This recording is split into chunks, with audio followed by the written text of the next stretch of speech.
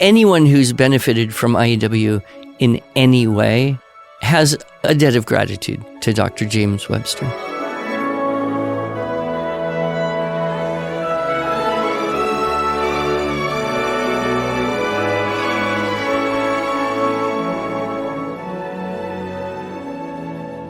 Hello, and welcome to the Arts of Language podcast with Andrew Pudewa, founder of the Institute for Excellence in Writing, or as many like to say, IEW. My name is Julie Walker, and I'm honored to serve Andrew and IEW as the Chief Marketing Officer. Our goal is to equip teachers and teaching parents with methods and materials which will aid them in training their students to become confident and competent communicators and thinkers.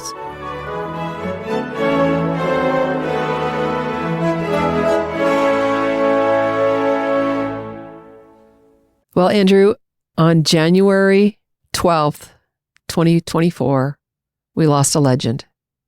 We did, yes. James Burton Webster. Yes. PhD. Yes. Died at the age of 96. 96, yes. And to the best of my knowledge, with very little decline.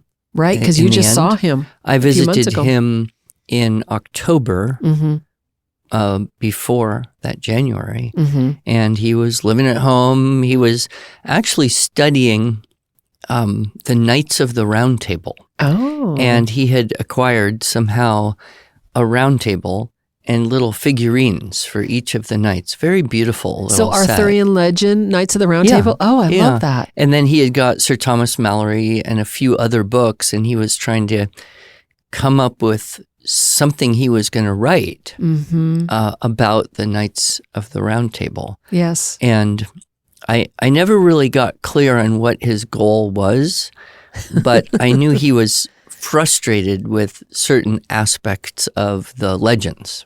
You know, as an historian would be frustrated with differing accounts, and that's the job, is to sort through and find the most accurate, honest, truthful way to present history. Yes. And of course, you know, though most of us think of him as the, founder of the structure and style and composition way of teaching writing, he was first and foremost an historian. Yes. I have in front of me his obituary that we'll, of course, link to in the show notes. And it mentions almost in passing this idea of he was the author of Blended Structure and Style and Composition. But then it goes on to talk about his distinguished career as a university professor and his fame in West African history. And it's almost like, although we know that's a part of our story here at IEW, that doesn't seem to be the thing that we remember him for mostly. No, I think I bought one of his history textbooks just out of curiosity. Sure. And I slogged through a little bit of it, didn't find it terribly engaging, mostly because I had no background or real interest in the subject.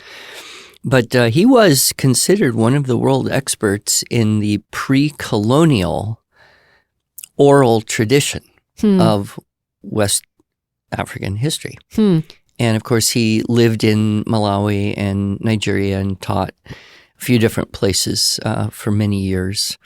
And part of the thing I enjoyed, of course, were the stories that he would tell about his life in Africa and the way his family lived and his kids grew up there and the relationships and the people. And it would have made a good movie.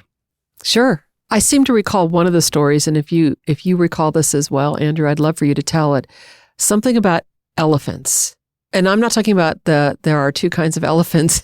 No, I don't remember any story. He liked to talk about the hippos. Oh, okay. Maybe and how they would just come like up on the grass in his backyard, and he would just sit out there and watch hippos in his backyard, and then they would go down to the river and go away. And of course, we generally think of hippos as being dangerous animals. Yes. They're almost solid muscle. if you look at it. But he, like everything, I think he said, live and let live. Mm-hmm. If you don't pester a hippo, it won't pester you. And right.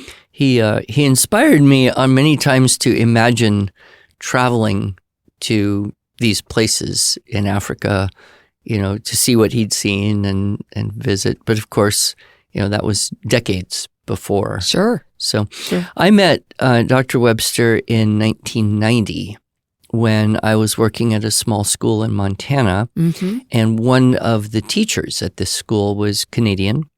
And she convinced the school to send all of us, the whole faculty. It was a very small school, so there weren't more than, 8 or 9 of us, I think. Mm-hmm. And my wife would have been about 7 months pregnant, I think, at the time, 6 or 7. And she was working for the school also, so we went up there. And he was, I just calculated, the same age then, when I first met him, that I am right now. Oh. So that's kind of a feeling of, wow, life goes by. Yes, it does. It goes by fast. Yes. And the way that course was set up, it was an 11-day course, and there was an A group and a B group. Mm-hmm. And the A group was primarily working on the primary grades, right? First, second grade, reading and writing, blended sound sight program, mostly Mrs. Ingham and Shirley. And then Dr. Webster, and he had an assistant at the time. They were working mostly on the writing program. Mm-hmm, mm-hmm. And so when you signed up, you could sign up for either the A or the B. Mm-hmm. And so my wife said, well, I'll do the A because I probably, I've got little kids and I'll probably be teaching younger children. And so right. I went the B. Right. And I remember he started his first lecture, and my impression was he doesn't seem very happy about anything. He's just one of those people who smiles very rarely. Mm. And I guess I kind of made it a personal challenge to get him to smile, because I've always had this belief that if you smile at someone enough, they will eventually smile back at you, no matter how hard they try not to. Sure. And so it was drinking from a fire hose. Mm-hmm. And in that, the way that he used to do it in Girard is he would teach the unit 1 and 2, note-taking, using keywords from every sentence in a source text. Mm-hmm. And he used these tip stories that were about a monkey that his children had as a pet. And they were somewhat fictionalized, I'm sure. Sure. But it was the story about this monkey that they had as a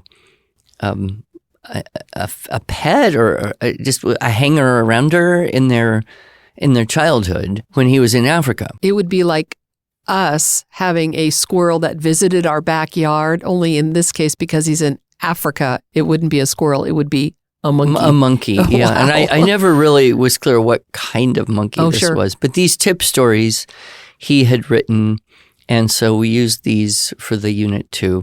But then he would teach the entire stylistic techniques list all in one session. Sure. So you had to then, your very first assignment, rewrite this tip story and fit in all 6 dress-ups, all 6 openers, 1 decoration, and 1 triple extension in the very first assignment. Wow.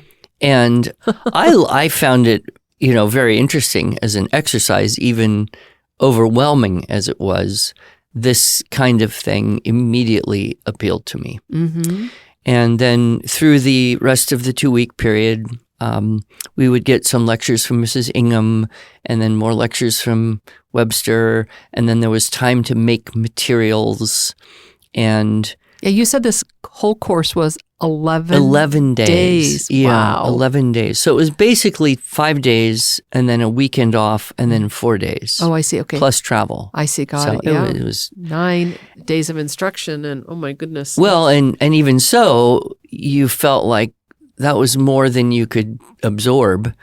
And they did the blended sound sight bus tour. Okay.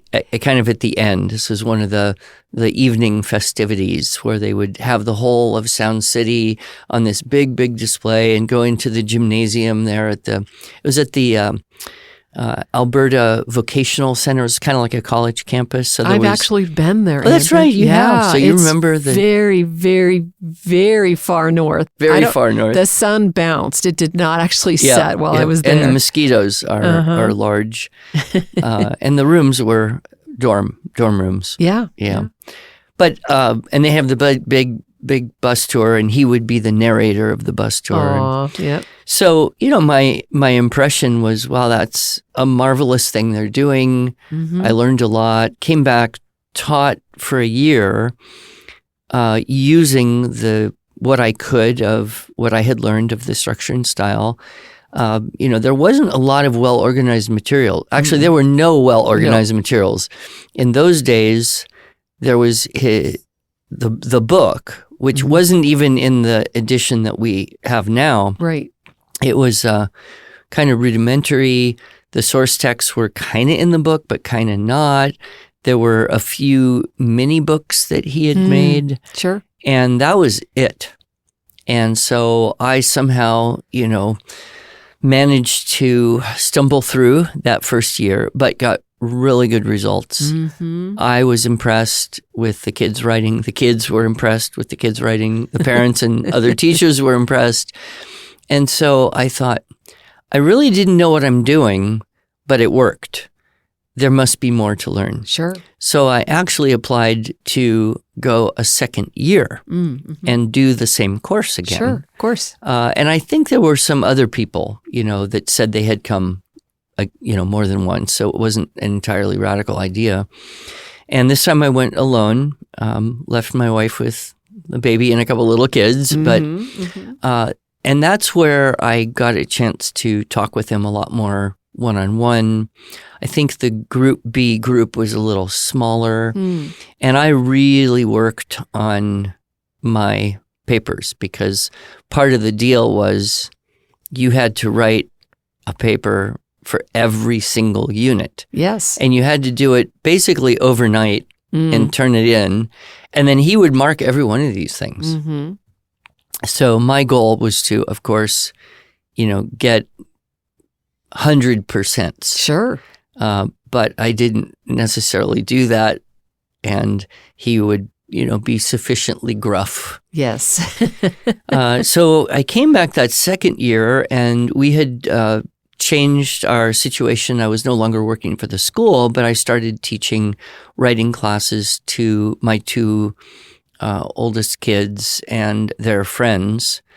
And that was working really well. Oh, sure. And I just thought, wow, this thing is powerful. And I also remember, because my background in Suzuki method, sure, realizing that what he had created was essentially a Suzuki method for teaching English composition. And I was very interested in how to apply Suzuki method in other areas, because Dr. Suzuki had always said it's not just about music, it's about everything. So I went up a third year, and when I told them I wanted to come, they basically said, well, if you're going to come, you might as well help us run this thing. So you can be one of our team. Okay, great. And we'll pay your room and board. Nice. So, okay. So I went up a third year, and that's when I started to actually give some of the lectures. Oh, nice. And I remember the first lecture I gave, I was very nervous. And I'd done public speaking and teaching parent groups, sure. so I wasn't uncomfortable. I was just nervous because he was sitting in the back. I won't use the word frowning, but certainly thinking, maybe. Do you recall what unit you taught? Yes, there's an irony to this. It was Unit 5. Oh, my word. I thought you were going to say that. Always is my least favorite unit. True. And I don't know, like all mentors, he had an intuition about me. And I noticed this, like Suzuki would say things, Mm-hmm. talking to me as though he just knew me better than anyone. Right. And Glenn Doman was kind of like that. Yep. He just had this insight. And Webster was like that. He had this insight into my soul. Yeah. And so anyway, yeah, I did Unit 5. I did it by the book. Yep. Yep. And we used the same picture that we use in the TWSS today, which is the Chicken hen, the hose. chicken pecking the hose, Yep. bird pecking the hose.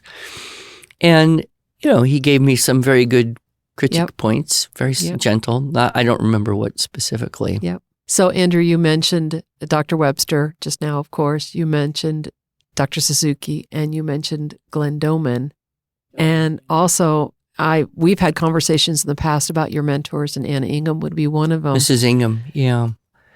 Yeah, it's really something I encourage young people is, if you find a person like that who's willing to invest in you Yes. and who you just feel like believes in you and sees you, just take that and be blessed and learn as much as you can. Mm-hmm. I don't remember how many years total I went. Mm-hmm. It had to have been at least 9 or 10.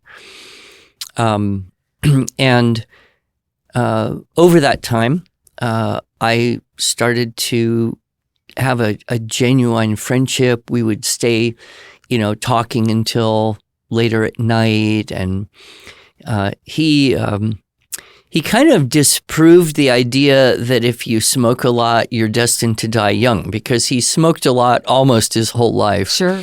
And still lived to 96. He hit the genetic jackpot. I was just going to say he picked the right parents. Of course, and Mrs. Ingham lived past 100. His mother lived to 100. Right. His grandfather lived up into that. So it's the family thing. They were teachers and they were long livers. Well, teachers, I'm looking at his obituary, and I don't think I realized how much of his life was dedicated to teaching. He taught at the elementary level for 5 years, secondary for 6, and as a university professor for 31 years, 12 of them in Africa. Yeah. And of course, we know that he also continued to teach by doing private tutoring for Chinese students that were in that After area. he had retired from Dalhousie. Yeah. No, he was a consummate teacher. He one of the stories that I used to really enjoy, like get him to talk about, and many times I would say, tell me more about that, or I'd try to revisit his one-room schoolhouse days, because I find this just so interesting.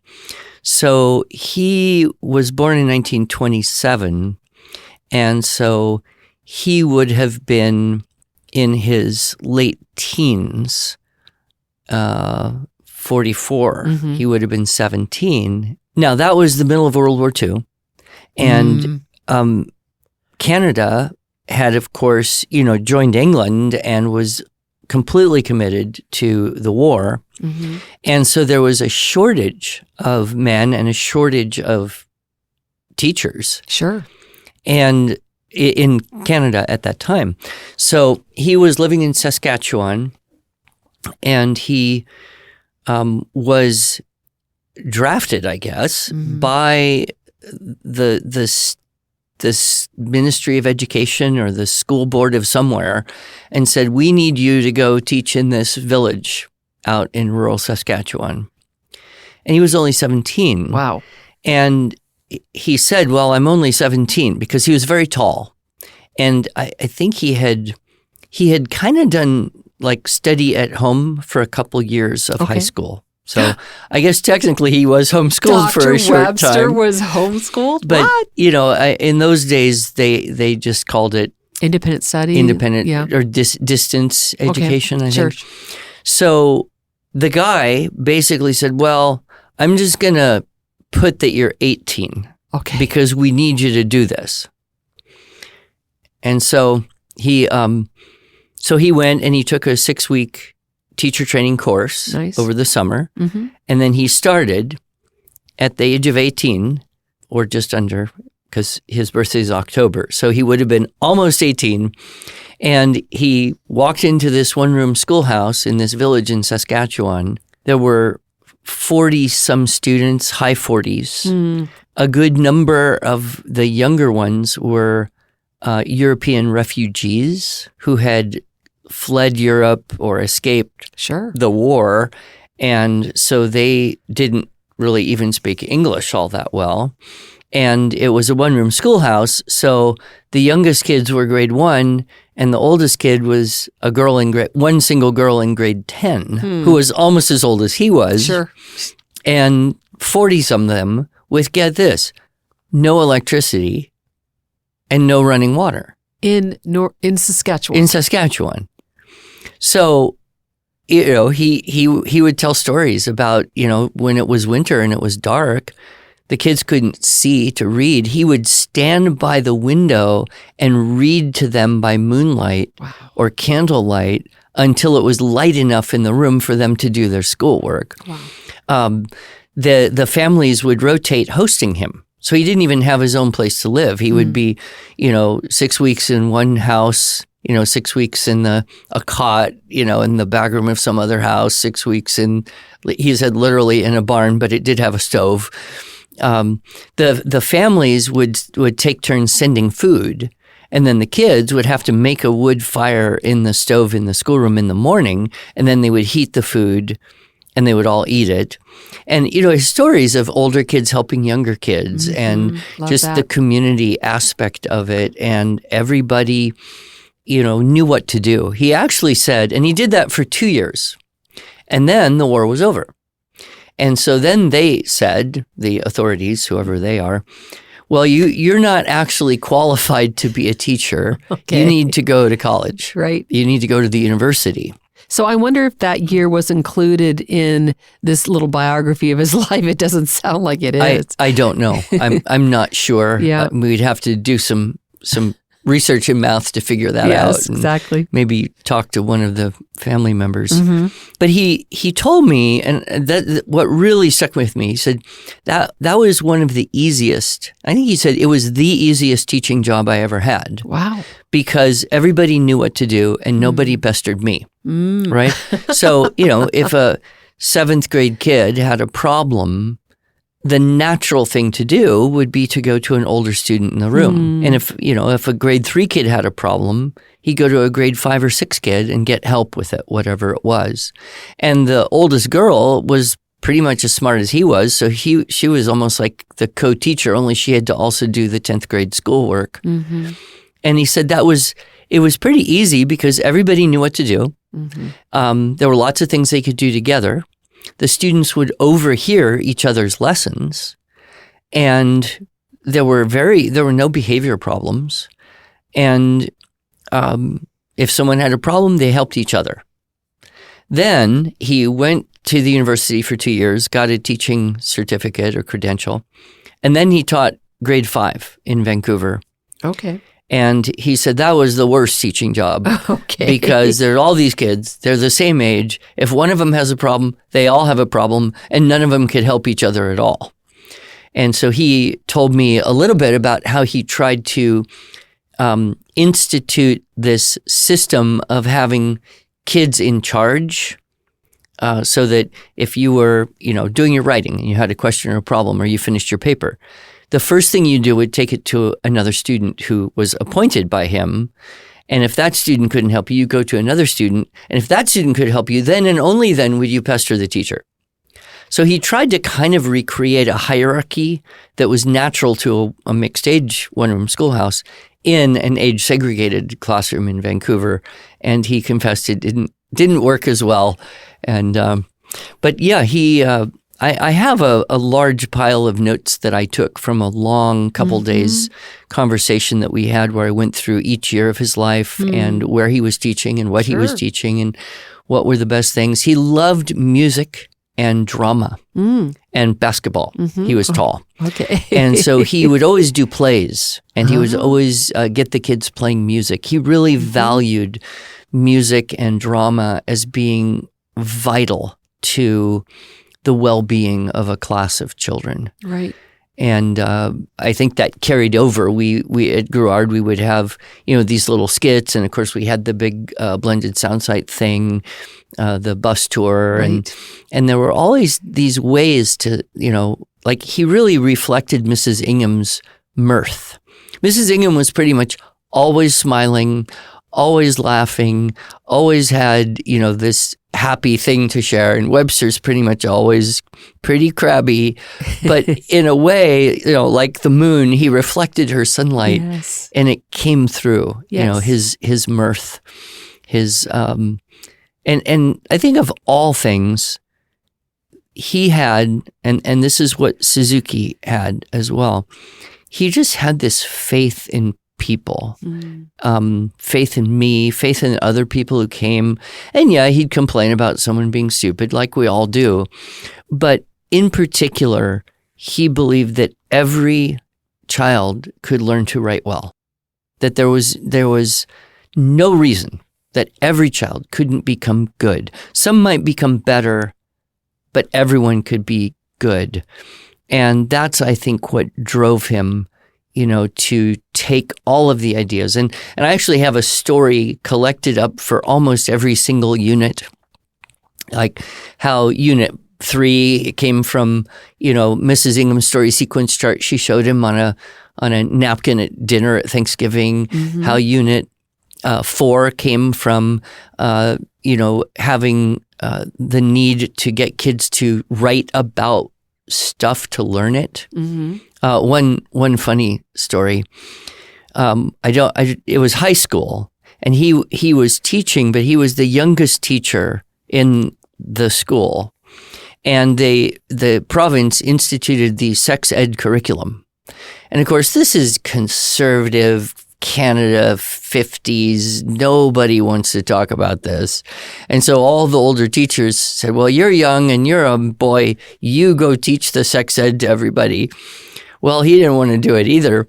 But what he discovered is that he could simply have them summarize from the textbook, and then he could read their paper and discover if they had understood what the textbook was telling them correctly. And if not, he could just change the paper and edit it for them and hand it back and have them copy it over, so that they didn't actually have to use any of the words that would have made everyone very uncomfortable in those days. So he just taught a Unit 4 and the students applied it. Unit 5 was comic books. Kids were smuggling in comic books, and so he had to confiscate the comic books. And then one day he thought, if they like these things, why not have them write about it? So he cut the comic books and pasted the papers onto, a cardboard and said, here, write a story about this, and came up with this idea that 3 paragraphs was a good length because it mirrored the science experiment format. Yeah. He actually kind of developed the Unit 6 when he was teaching in the university, because in those days, libraries would have very large collections of encyclopedias. And so he would teach them how to go to one encyclopedia, like the Encyclopedia of Africa, and find something, and go to another encyclopedia, like the the Catholic Encyclopedia was a huge, massive world history level thing at the time, and how to use 2 or 3 or more encyclopedias to fuse together information to write about something. Yeah, Unit 6, fuse. So Unit 6 and Unit 7, of course, the creative writing. He called it creative writing, and he was very good at that. He was very imaginative in many ways, and he grew up writing the formal essays, and so that's what they were going to do. And he didn't really, I think, realize the power of what he was doing. Sure. Until he went to Africa and stayed there and taught there for 12 years. Was it 12 or 16?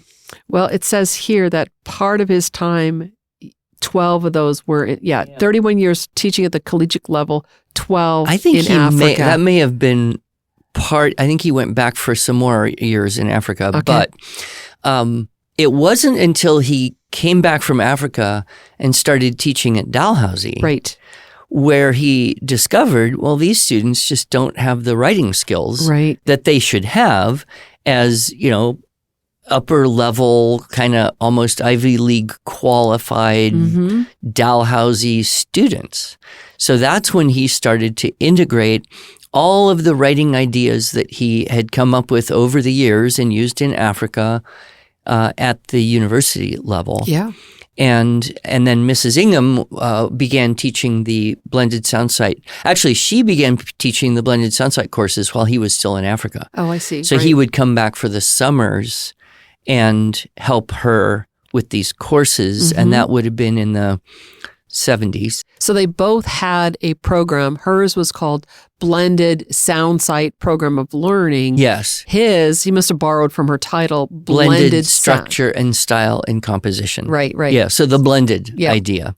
And so he was helping her, and then I guess he started teaching and putting all these handouts into a book, and that became the first version of the book, and then other people contributed, and then I came along, and I asked him, I said, well, you know, I think I could teach this in the States, particularly in the homeschool world, which is kind of where I was living at the time. Sure.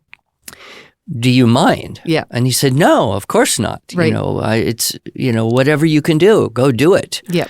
And so he, you know, he had the attitude, I think, that I have had, which is, you know, freely have I been given, freely must I give. That doesn't always work on a business model where you're trying to, you know, expand your reach. And one of the sad things I would say is that as, you know, Mrs. Ingham aged and Shirley aged and Burton aged and the whole team, it shrank every year. Yeah. And, you know, at its largest, you know, whole school districts would insist that all new hires would go take the summer course. And I think the last time I was there, I don't know, there probably weren't more than 40, 50 people. And I was at the very last one in 2007. Oh, you were at the last one? Yeah. Yeah, they tried to do it again, but just didn't have the staff or the interest. Yeah. Yeah, but they weren't marketers. They were just teachers. They were just teachers. They were teachers. Yes. And there was this big shift, too, around the time that computers became available and people had their own printers.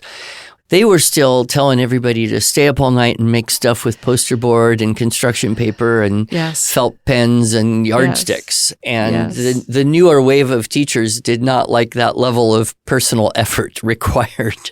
Yes, but the heart and soul of Dr. Webster and Mrs. Ingham and that legacy truly was whatever we can do to help you become successful teachers. That's really what they wanted. Well, and I brought him down for what I call a writing educators symposium. Yes. The first one was in Tacoma, Seattle. I think that was 2004. It was before I started working for you. So yeah, it would have been right about that time. And I have pictures of that time. Yep. And I posted on Facebook a picture of him teaching at that event.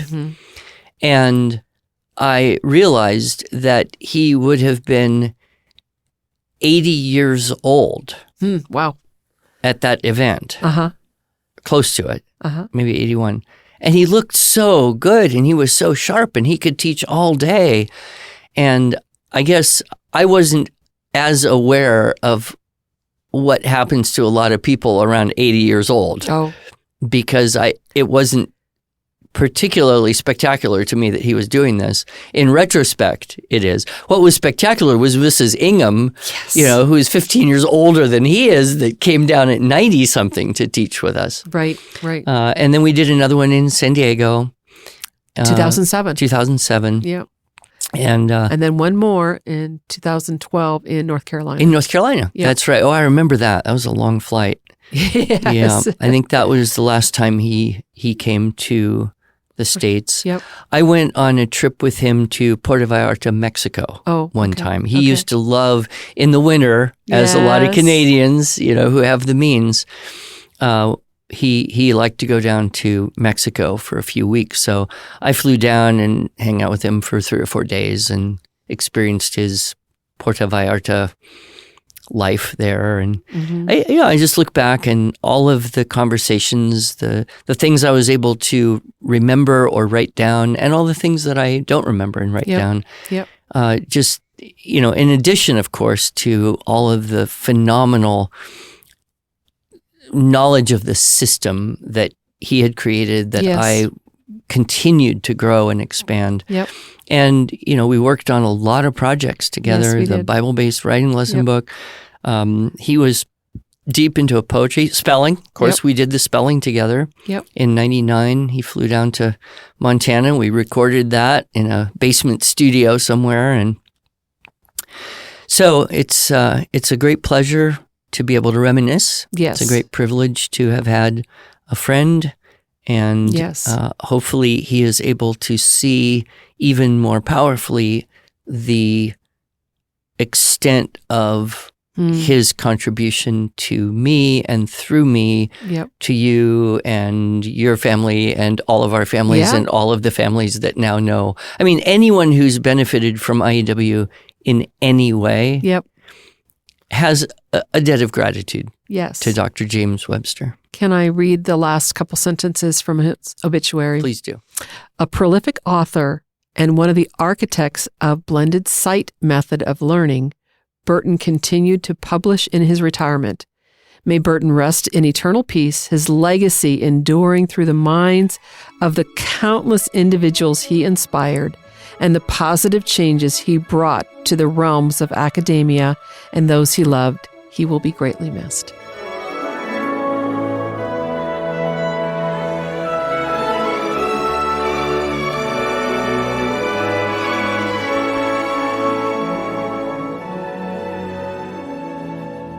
Thanks so much for joining us.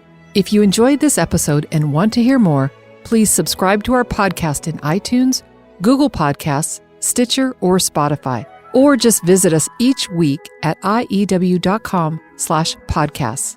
Here you can also find show notes and relevant links from today's broadcast. One last thing, would you mind going to iTunes to rate and review our podcast? This really helps other smart, caring listeners like you find us. Thanks so much.